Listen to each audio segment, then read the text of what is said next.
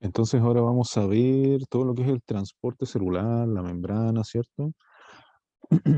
Eh, Quería mencionar y hacer hincapié en el hecho de que en esta clase específica, eh, yo sé que es un tema bastante complejo. Entonces yo estaba en, ¿cuál es la palabra? En la duda de si hacerlo de forma más profunda y cubrir todo lo necesario, a ver, y cubrir todos los detalles, o cubrir solo lo necesario, pensando en gente que le cuesta biología, o en específico este tema, porque incluso a los que no les cuesta biología, este puede ser más complejo. Y en función de que en otras clases me he dado cuenta de que los conceptos no están totalmente manejados, preferí esta clase hacerla lo más simple posible, con, con los criterios básicos, con lo suficiente que ustedes necesitan para poder entender, pero adicionalmente les dejé algunos enlaces para los que quieran ir a buscar más detalles. Eh, y eso. Así que espero que se entienda. A ver, ya, sí. Entonces nuestros objetivos, muy simples, o dos aristas. El primero es entender el funcionamiento de la membrana, las estructuras que ésta tiene, y, y las características específicas de cada una de estas estructuras. Entonces, como esta arista de la membrana en sí. Y la otra es sobre los transportes como tal, que derivan obviamente de la función y estructura de esta membrana. Eh, bueno,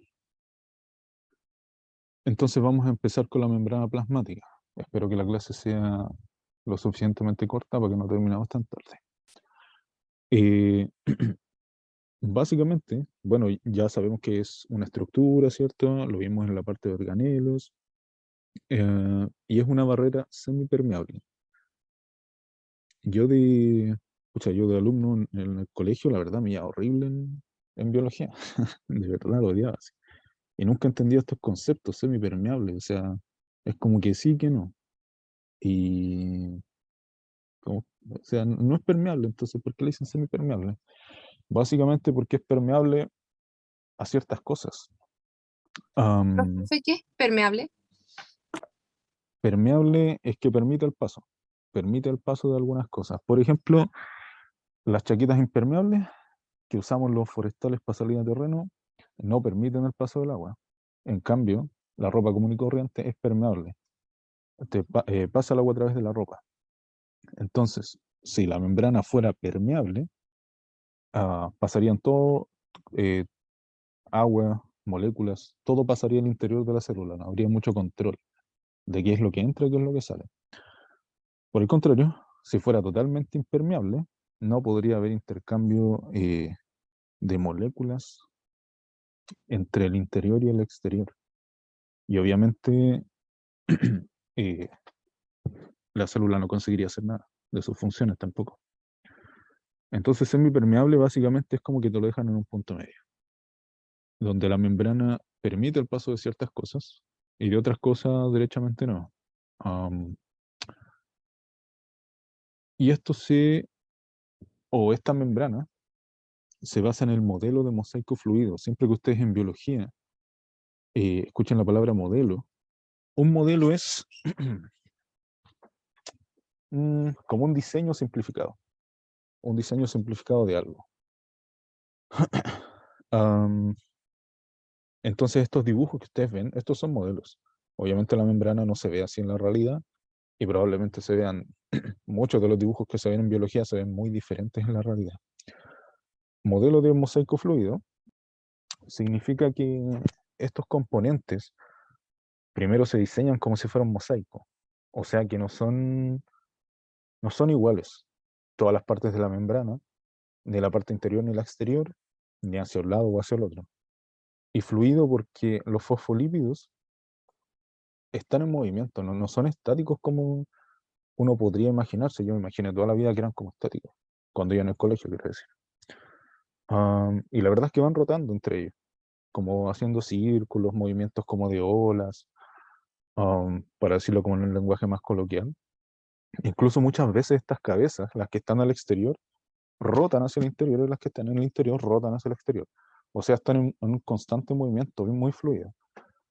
Eso también genera que las proteínas que están ahí se puedan mover con cierta facilidad. Me imagino que unas más que otras. Y bueno, ahí van a entrar a trabajar algunas otras sustancias que le dan rigidez a esta membrana. Entonces es un diseño asimétrico y en constante movimiento, muy dinámico. Se compone de fosfolípidos, colesterol, proteínas de membrana y glucocálix. Quizás haya uno que otro componente que me falta, pero esos son los principales. Y obviamente en algunas células van a haber otro característico de cada una. A medida que vayan dudas me van preguntando ya. Entonces, sobre las membranas. Como les decía, vamos a ir para atrás. Ya. Antes de pasar a eso, acá en el dibujito están mostrados prácticamente todos los componentes que ustedes se tienen que aprender, o que tienen que entender o reconocer.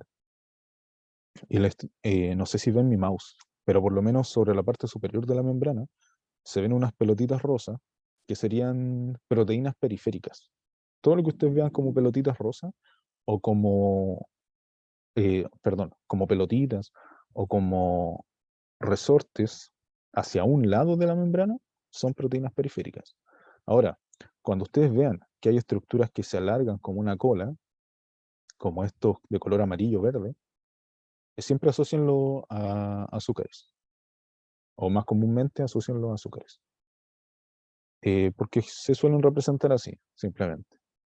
Cuando ustedes vean estos que van de un lado hacia el otro, que no sé si ven mi mouse, pero son las únicas estructuras rosas que recorren de un lado al otro de la membrana, son también otro tipo de proteínas, que son proteínas integrales.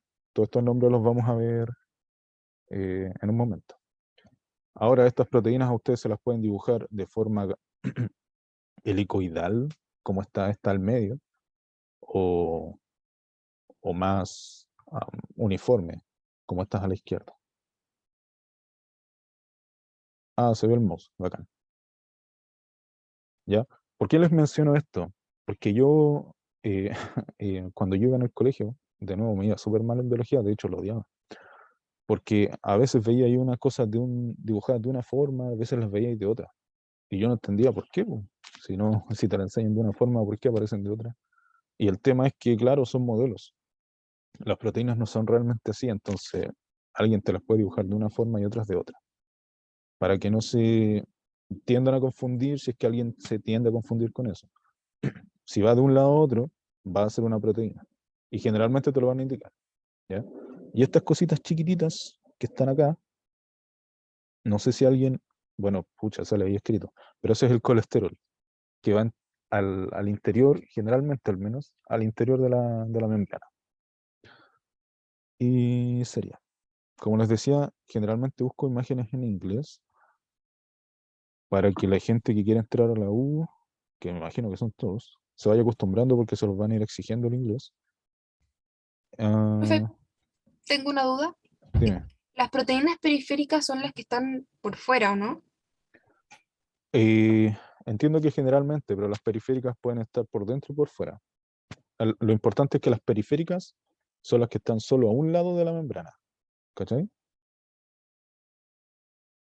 O sea, o solo la vas a ver por fuera, como estas que están acá, por el medio extracelular, o por dentro, intracelular. Pero en ningún caso la misma proteína periférica va a estar por fuera y por dentro. Esa es la diferencia. Ah, ya. Gracias, profe. ¿Ya? Y eso, bueno, y estas mismas proteínas pueden estar unidas a estos azúcares, formando glucoproteínas, eh, o estos azúcares pueden estar unidos a lípidos, formando glucolípidos y así. Entonces, ahora sí vamos a las proteínas de membrana. Quiero que vean al tiro el dibujo, eh, para que noten que las proteínas precisamente están dibujadas de otra forma. Y por eso coloqué esa imagen. Porque yo mismo estaba acostumbrado a verlas en los dibujos como estos, como si fueran estos bollos, como un pan largo.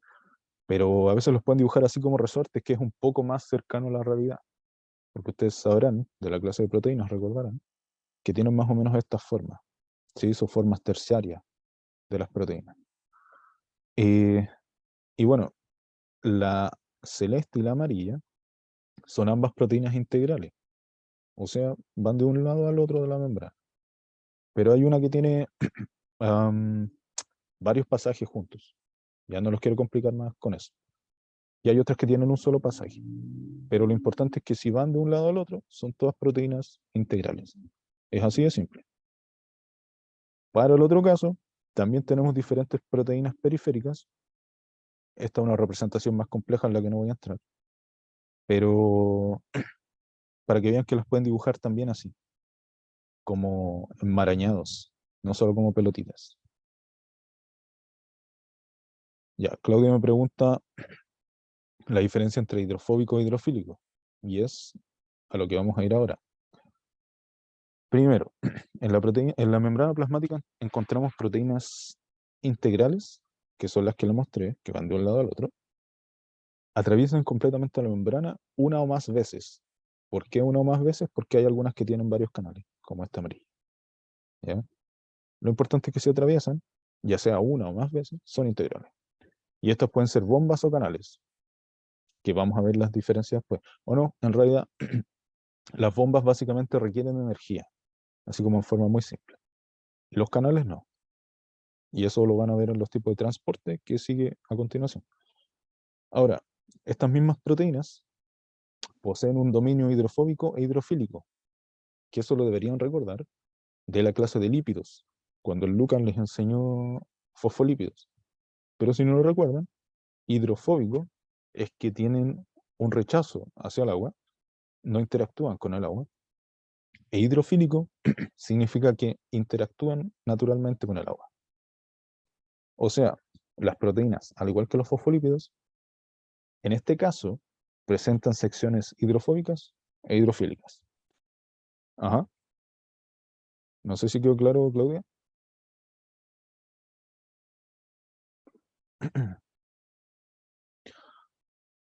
No, si no queda claro lo puedo repetir o explicarlo de otra forma.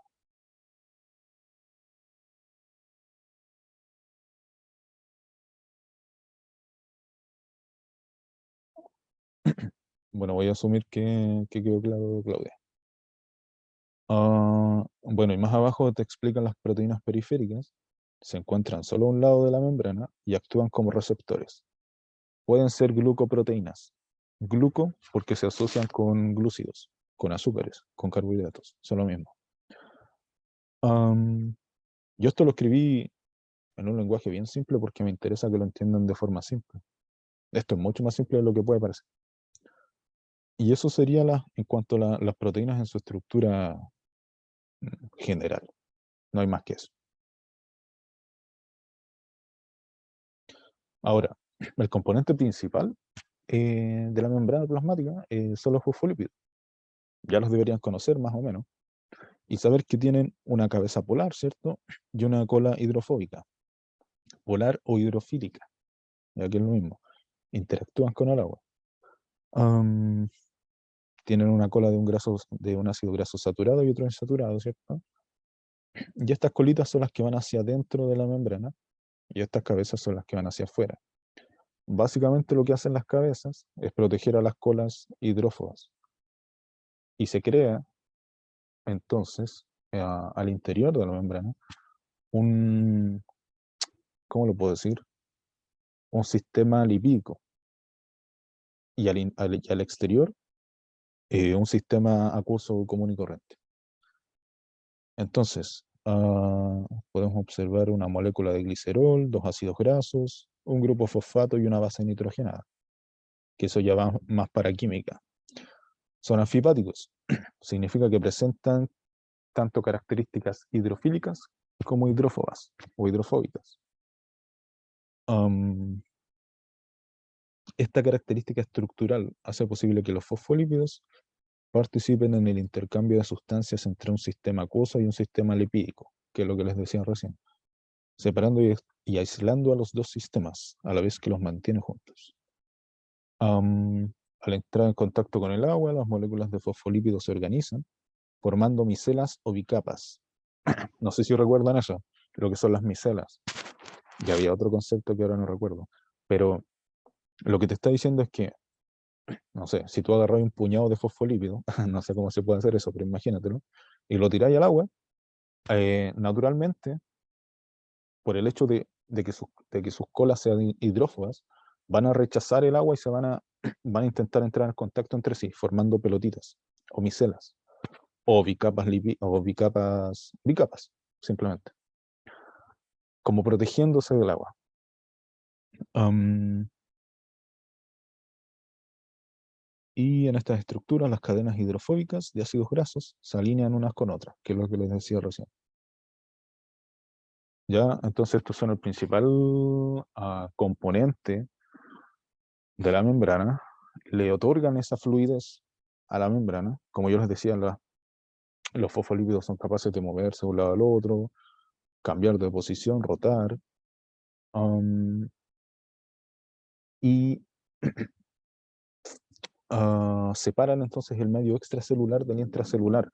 Ahora, la ventaja que tienen al ser lipídicos y no,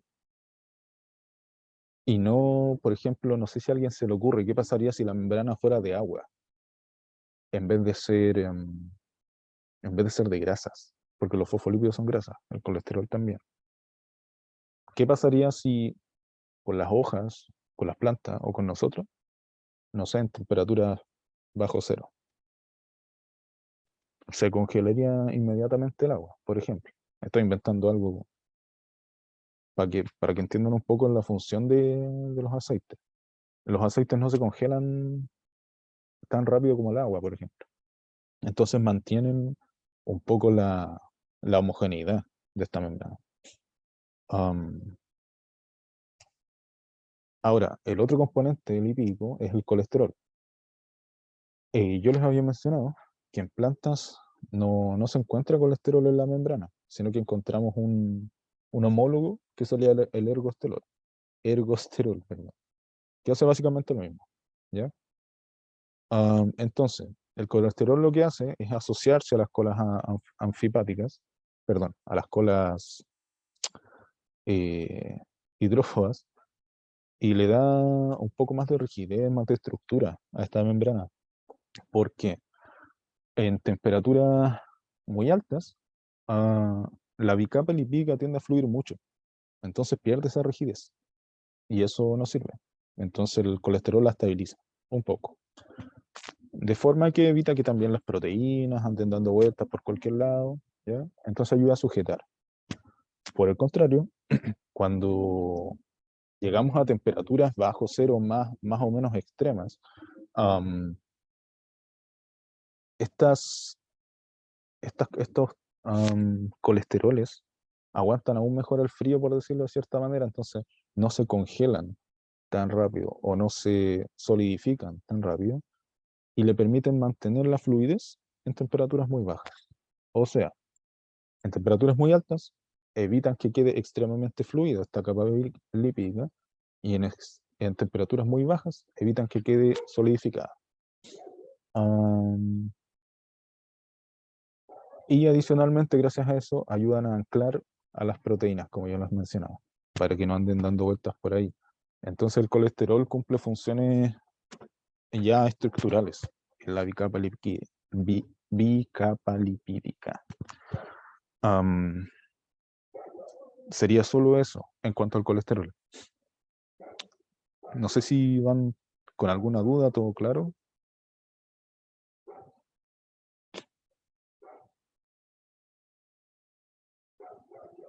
Todo bien. Ya. Entonces, colesterol, función estructural.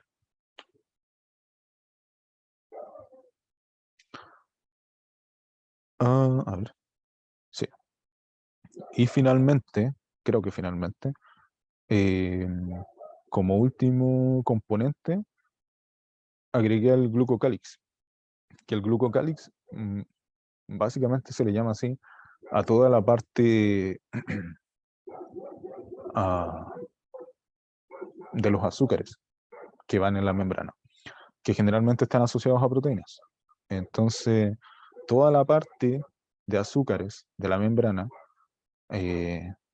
cada uno de ellos, o en su conjunto, se les llama glucocálix. Y cumplen diversas funciones más o menos secundarias, por decirlo así, y pueden variar un poco en cada célula, ya no son muy estándar. Por ejemplo, protección frente a agentes nocivos, previenen contra la desecación. ¿A alguien se le ocurre por qué previenen contra la desecación estos azúcares? Si a alguien se le ocurre, de verdad me sentiría muy orgulloso. ¿Por qué pueden prevenir la desecación un azúcar asociado a la membrana? ¿Qué característica tiene el azúcar que podría prevenir la desecación? Y creo que de hecho lo vimos en más o menos en bacterias.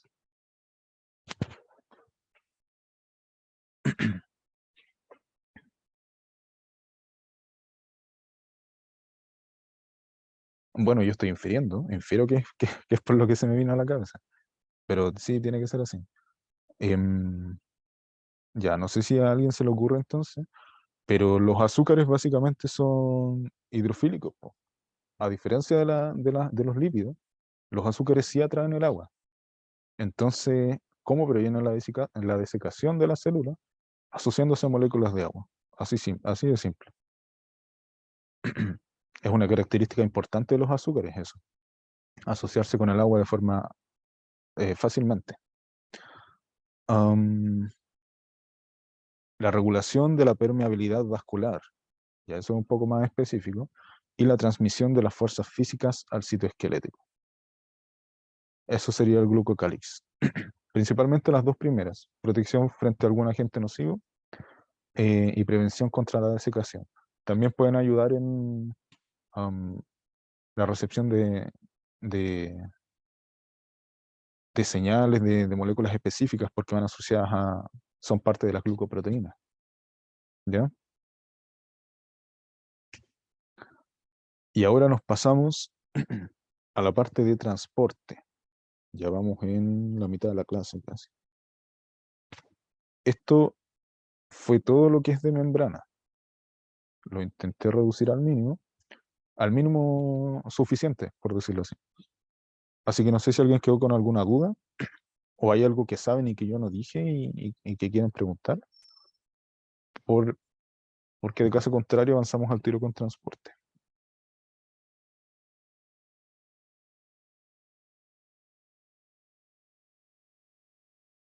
Ya.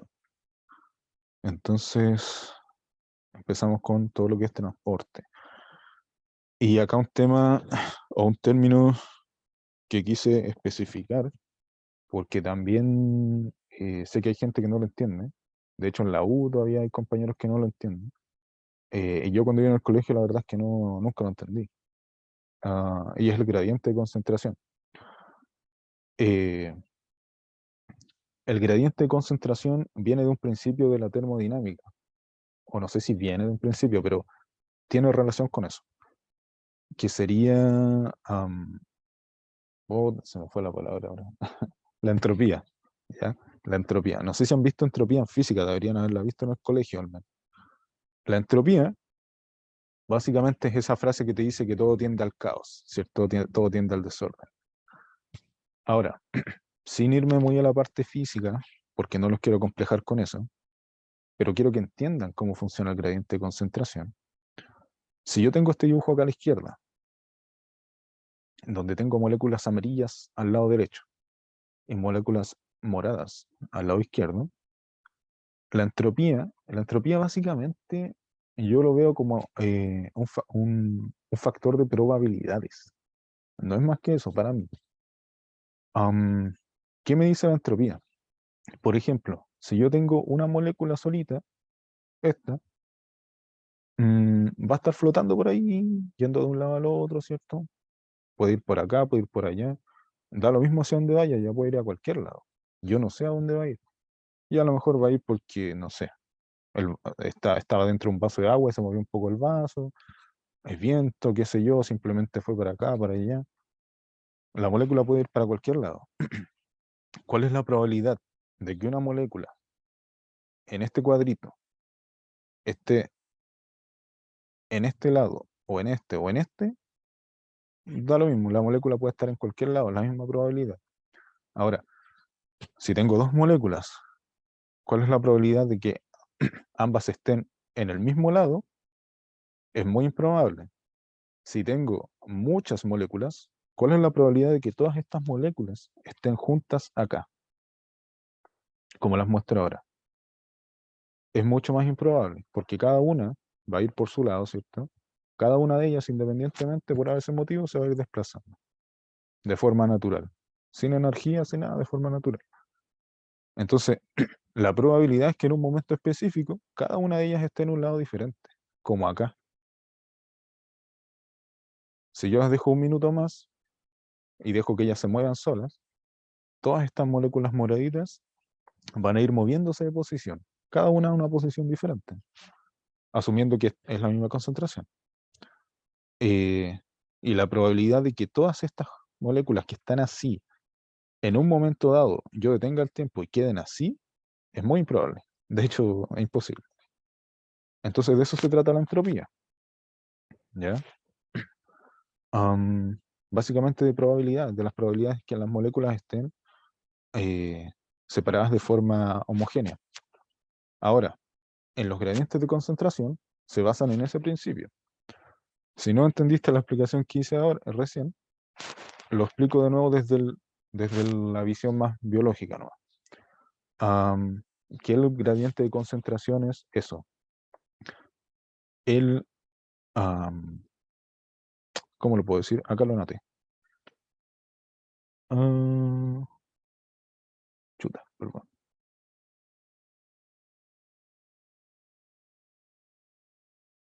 Ya, existe un gradiente de concentración cuando la concentración de partículas es mayor en un lugar que en otro.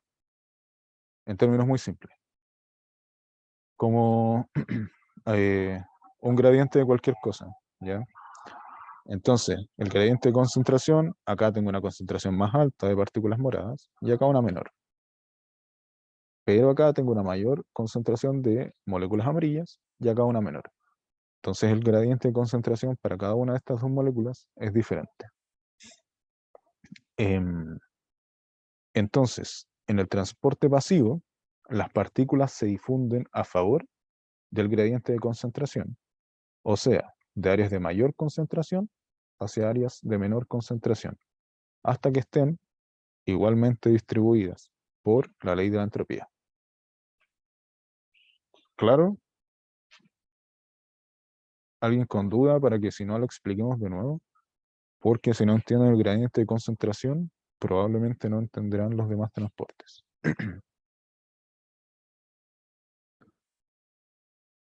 Si de todas formas a alguien no le quedó tan claro, repito, básicamente el gradiente de concentración es donde hay más concentración de moléculas hasta donde hay menos, en términos más simples.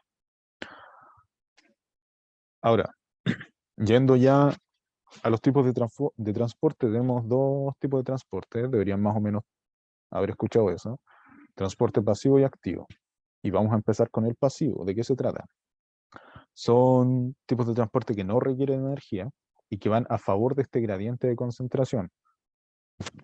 Por eso era importante que entiendan el concepto.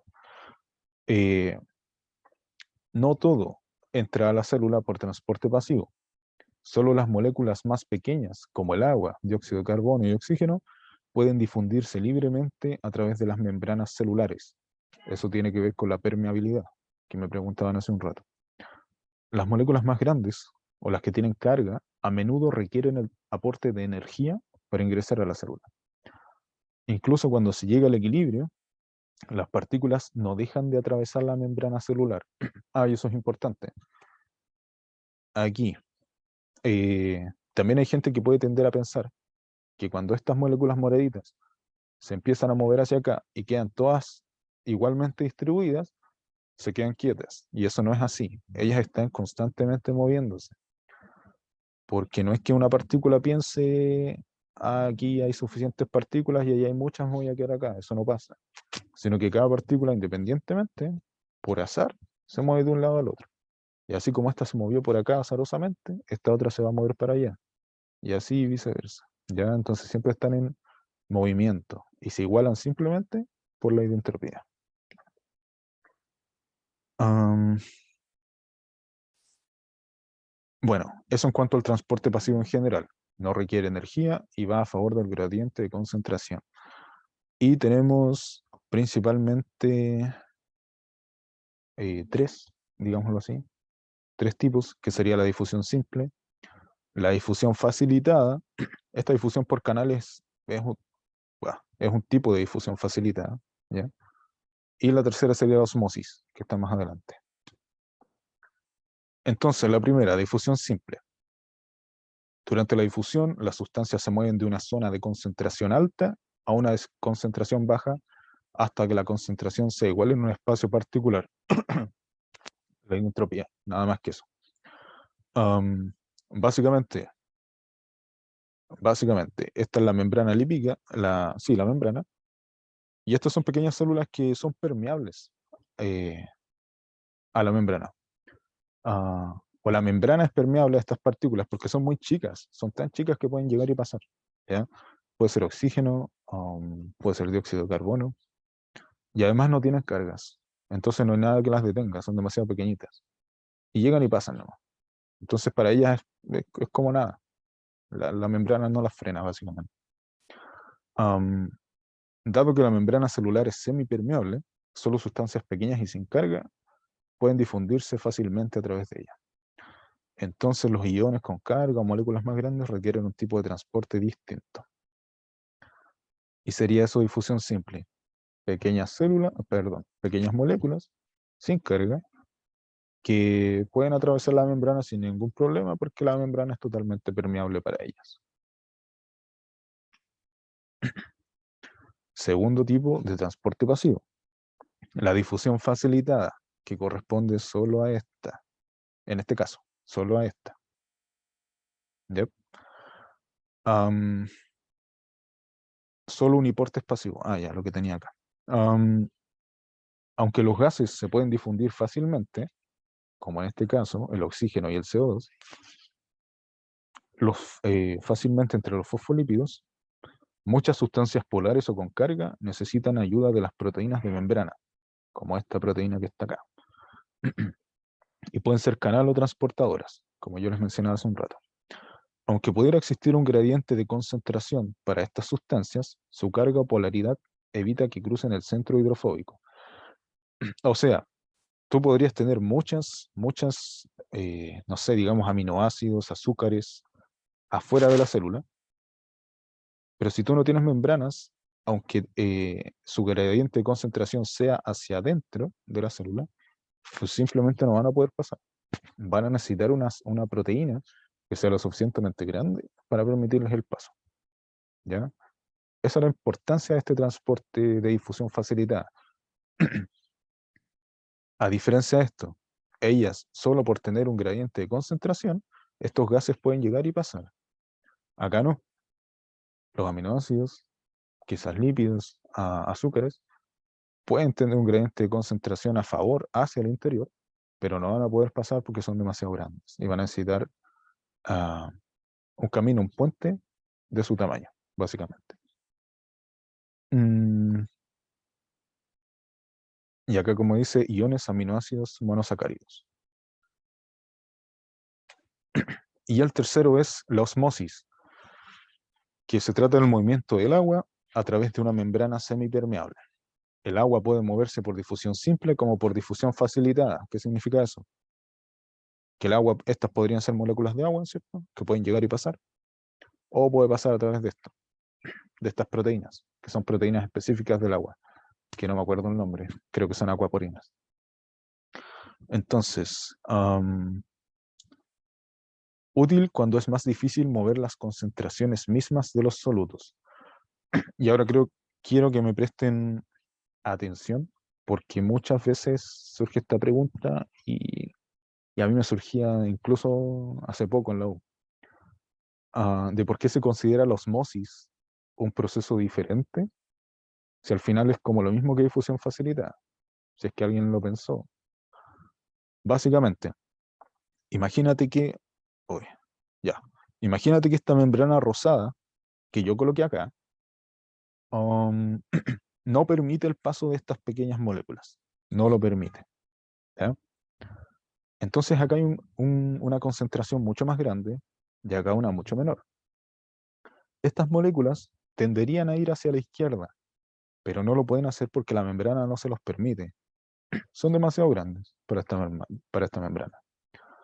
Entonces, ¿qué es lo que pasa? El agua automáticamente hace todo lo contrario, lo que uno pensaría que no sucedería, que el agua se acumula hacia la derecha y tiende a subir.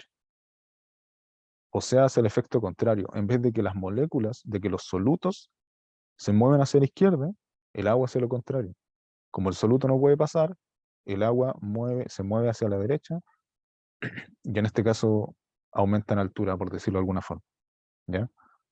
Entonces, esa es la importancia de la osmosis. Cuando el soluto no puede pasar de un lado para el otro, el agua hace el contrario. El agua es el que se mueve de un lado al otro. Y esto es importante eh, tanto para células animales como vegetales. Ya acá tenemos un glóbulo rojo en una solución hipotónica. Mm, hipotónica. Significa que el agua, a ver, pensemos que dentro de este glóbulo rojo hay algún tipo de soluto, que no sé cuál puede ser. Y lo metemos en una solución hipotónica, donde ese soluto no está presente. Hay muy poco. Afuera hay poco o afuera hay menos concentración que adentro, hipotónica. Entonces lo que hace el agua, como los solutos que están dentro no pueden salir, el agua lo que hace es entrar y entrar para compensar ese gradiente de concentración. Y si eso se lleva al extremo, lo que puede pasar es que reviente esta célula, ¿cierto? Eso tiene un nombre que la verdad no recuerdo. No sé si alguien lo recordará. En una solución isotónica existe la misma concentración de solutos en el medio, extracelular como intracelular. Entonces hay un intercambio continuo de agua. Y la célula está en perfecto estado. Y por el contrario, ¿qué pasa si en el medio extracelular hay demasiada carga de solutos? Significa que el agua dentro de la célula va a tender a salir para compensar. Entonces la célula va a quedar seca, por decirlo de alguna forma. Va a perder su agua, se va a deshidratar. En el caso de los vegetales, donde me manejo un poco, al parecer, pasa exactamente lo mismo. Pero la diferencia es que tiene la protección de la pared celular. Entonces ellas evitan reventar, ¿cierto? Esa es la importancia. La planta puede mantener su turgencia, eh, perdón, en estas situaciones. Y la pared evita entonces, ¿cierto?, ese desastre. Cuando tú tienes la planta con buenos niveles, por ejemplo, de fertilizante en el suelo y suficiente agua, el agua va a entrar y va a salir y la planta va a estar en perfecto estado y sus células van a estar súper sanas y van a crecer. Pero ¿qué pasa, por ejemplo, si tú la plantas, valga la redundancia, en un suelo o en un sustrato con demasiado fertilizante, que es algo que hace la gente? Tiende a pensar que si yo le echo mucho fertilizante sólido, va a crecer como nunca. Pero puede pasar lo contrario. Tú le echas tanto fertilizante que queda la concentración muy alta en el medio exterior y las células de la planta van a perder el agua. Y el agua va a salir de la planta para compensar, ¿cierto? Y entonces al final el fertilizante no se puede aprovechar y la célula se deshidrata completamente. Entonces, estas son respuestas fisiológicas de las células. Y hay gente, estoy admitiendo un compañero. Ya. No sé si quedó eso claro. A los que quieran estudiar salud, medicina, enfermería, veterinaria, van a ver estos ejemplos acá arriba en algún momento, se los aseguro. Y a todos los que quieran estudiar forestal, agronomía, van a ver esto acá abajo continuamente todo el tiempo.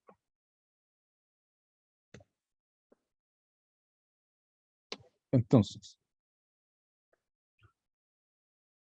bueno, esos serían los transportes pasivos. Y ahora cambiamos a los activos. ¿Qué es el transporte activo? Que imagino que la mayoría en realidad más o menos lo entiende. Son transportes que van contra ese gradiente y para ir en contra necesitan energía de algún tipo. Entonces, para transportar una sustancia en contra de un gradiente electroquímico o de concentración, la célula debe utilizar energía. Los mecanismos de transporte activo justamente hacen eso. Gastan energía, a menudo en forma de ATP, y recalco, a menudo, para mantener las concentraciones correctas de iones y moléculas en las células vivas. Eso puede ser porque a lo mejor una célula requiere más concentración dentro de sí de alguna molécula que la que hay en el exterior. Entonces no se puede permitir desperdiciar esas moléculas que tiene en su interior. Y lo que tiene que hacer es captar las máximas posibles del exterior. Por algún motivo las necesita. Entonces, de hecho, las células ocupan mucha de la energía obtenida en el metabolismo para mantener en funcionamiento los procesos de transporte activo. Por ejemplo, la mayoría de la energía de un glóbulo rojo se usa para mantener los niveles internos de sodio y potasio que difieren de los de su entorno. Y entonces acá podemos ver este dibujito en el citoplasma, donde hay mucho potasio, suele haber exceso o una concentración mayor de potasio al interior de nuestras células que en el exterior. Nuestras células requieren altas concentraciones de potasio. Entonces la célula necesita captar estas pocas que encuentra, estas pequeñas moléculas de potasio, las necesita captar y va a usar energía para eso. Ah, y por el contrario, dentro del citoplasma hay menores concentraciones de sodio o de cloruro. Creo que es cloruro esto. Y esta no sé qué será, deben ser aminoácidos. Transporte activo. Entonces el primer ejemplo es el transporte activo primario. Utiliza directamente una fuerte energía química. El transporte activo primario utiliza ATP para funcionar. Yo no estoy muy seguro, para ser honesto, si a ustedes les pasan esto en detalle, ¿ya? Y aunque se los pasaran en detalle, tampoco estoy seguro si es que se los preguntan en detalle. Entonces, recalco que lo volví a simplificar para que entiendan solo lo necesario. El transporte activo primario utiliza ya energía química para mover las moléculas a través de una membrana contra su gradiente. La bomba sodio-potasio, que es la clásica, transporta sodio hacia afuera de la célula y potasio hacia adentro de la misma en un ciclo repetitivo de cambios de conformación. En cada ciclo, 3 iones de sodio salen de la célula y entran 2 de potasio. Yo creo que esa parte es la única que se tienen que saber como de memoria, para toda la vida. ¿Sí? 3 iones de sodio salen y entran 2 de potasio. Y bueno, acá está más o menos ese ciclo. Ya está. Profe, justo no entendí eso. ¿Qué parte? Ya, la de los números. 3 de Sí, sodio y 2 de potasio. Básicamente, esta proteína lo que va a hacer es un intercambio. Va a sacar 3 moléculas. Este es el medio interno. Este es el citoplasma. Y acá tenemos 1, 2, 3, 3. Sí, 3 moléculas de sodio y las voy a captar a través de esta proteína. Y estas las voy a atrapar y las voy a tirar para afuera. Y al hacer eso, voy a atrapar, digamos que en la misma proteína, 2 moléculas de potasio, ¿ya? A través de un sistema más complejo. Y entonces, al haber botado 3 de sodio, gané 2 de potasio. Básicamente es solo eso. Boté 3 de sodio, gané 2 de potasio. Y para hacer eso requiero ATP. Requiero hacer eso a través de un sistema más complejo, que es este. ¿Ya? Yo ahí puse ahí los pasos por si los quieren leer, y yo no los voy a leer. Pero básicamente es esto. Entonces abajo, en el citoplasma, tengo una gran concentración de potasio, como lo ven acá, más potasio, pero aún así voy a captar todo el potasio posible que haya afuera. Yo quiero aumentar esa concentración. En este caso no quiero que sea igual la concentración, yo la quiero aumentar porque mis células las necesitan. ¿Para qué? No lo sé, no tengo idea. Pero lo que sí sé es que necesito sacar hacia afuera y aumentar la concentración extracelular de sodio. Mis células no necesitan un exceso de sodio, al contrario. Entonces voy a gastar energía para sacar ese sodio, que no necesito, e ingresar ese potasio, que sí necesito. Y voy a aumentar ambas concentraciones. No las voy a igualar, a diferencia del transporte pasivo. Y bueno, como les decía, ahí les dejo los pasos, por si alguien los quiere leer. Y llegamos a la última parte del... no sé si quedó claro, como esa duda de los 3 sodio y 2 potasio. Sí, Ya, gracias. de nada. Eh, y ya, pues, transporte activo secundario. Básicamente el secundario no usa directamente el ATP, sino que al haber estos intercambios moleculares, ellos tienen, si ustedes se fijan, cargas eléctricas. Entonces, al haber estos movimientos de moléculas, se genera energía. Energía a través am, de ese movimiento de moléculas, gracias a la carga eléctrica que tiene. Entonces voy a leer. Utiliza un gradiente electroquímico generado por el transporte activo, que es lo que les decía yo, como fuente de energía para mover moléculas contra su gradiente, y por lo tanto no necesita directamente una fuente de energía química como el ATP.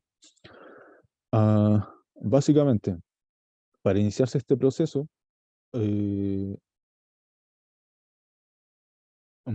este proceso lo inicias gracias a algún transporte basado en ATP, y aprovechando ese movimiento se generó una carga eléctrica. Y con esa carga eléctrica yo la uso como energía para pasar otra molécula.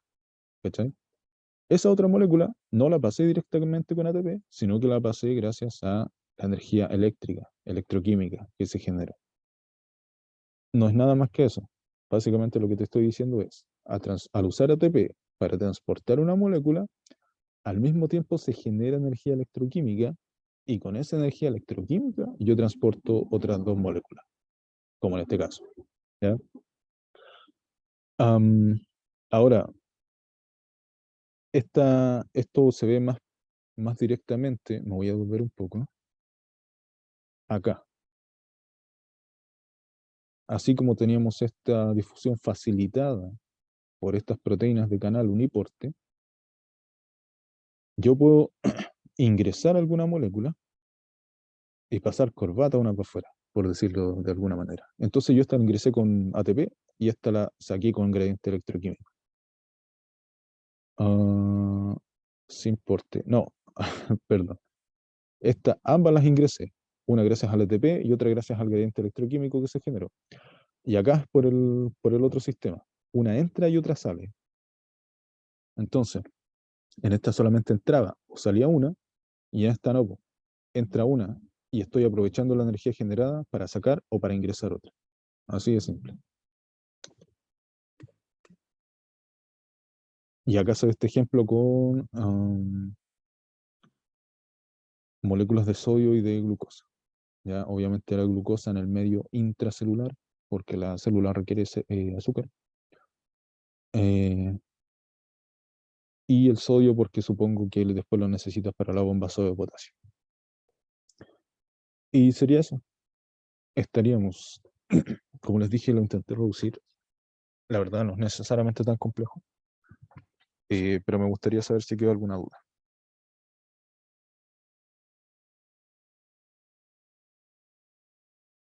Mm,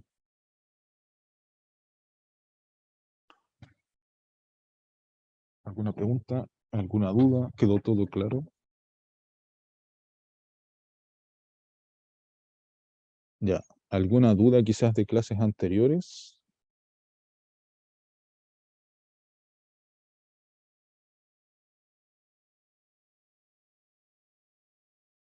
Ya.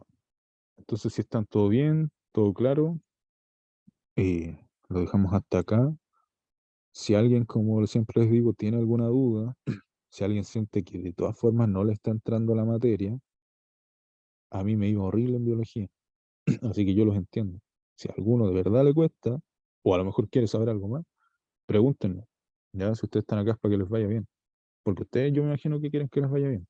Entonces nosotros tenemos toda la disposición para ayudarlos, Luca y yo. Así que eso, chiquillos. Espero que les vaya bien en el colegio, que sigan estudiando y viniendo a clase, que tomen agua, como dice Luca, y nos vemos la siguiente semana o en algún tiempo. Dejamos la clase hasta acá. Que estén bien. Chao, chao.